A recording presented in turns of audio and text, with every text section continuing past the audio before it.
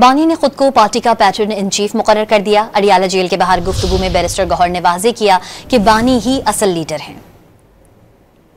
खान साहब के लिए जो है, खान साहब ने अपने लिए नाम इस्तेमाल किया है, वो है patron in chief of Pakistan Tehreek Insaf. आज के बाद खान साहब ने जो आपसे बात की है, मीडिया से बात की है, उन्होंने ये कहा है कि मैं पीटीआई का पैटर्न इन चीफ हूँगा।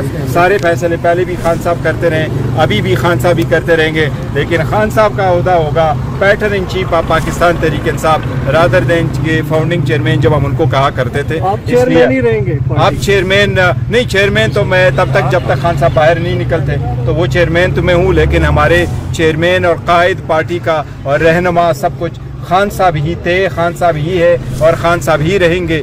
बानी ने खुद को पार्टी का पैटर्न इन चीफ मुकर्रर कर दिया। अडियाला जेल के बाहर गुफ्तगू में बैरिस्टर गौहर ने वाज़ेह किया कि बानी ही असल लीडर हैं।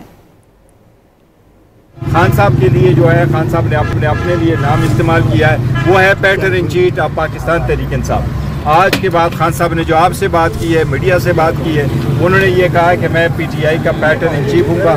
सारे फैसले पहले भी खान साहब करते रहे, अभी भी खान साहब ही करते रहेंगे, लेकिन खान साहब का ओहदा होगा pattern in chief of Pakistan Tehreek Insaf rather than के फाउंडिंग चेयरमैन जब हम उनको कहा करते थे। आप चेयरमैन ही रहेंगे? आप चेयरमैन नहीं, चेयरमैन तो मैं तब तक जब तक खान साहब बाहर नहीं निकलते, तो वो चेयरमैन तो मैं हूँ, लेकिन हमारे चेयरमैन और कायद पार्टी का और रहनुमा सब कुछ खान साहब ही थे, खान साहब ही है और खान साहब ही रहेंगे।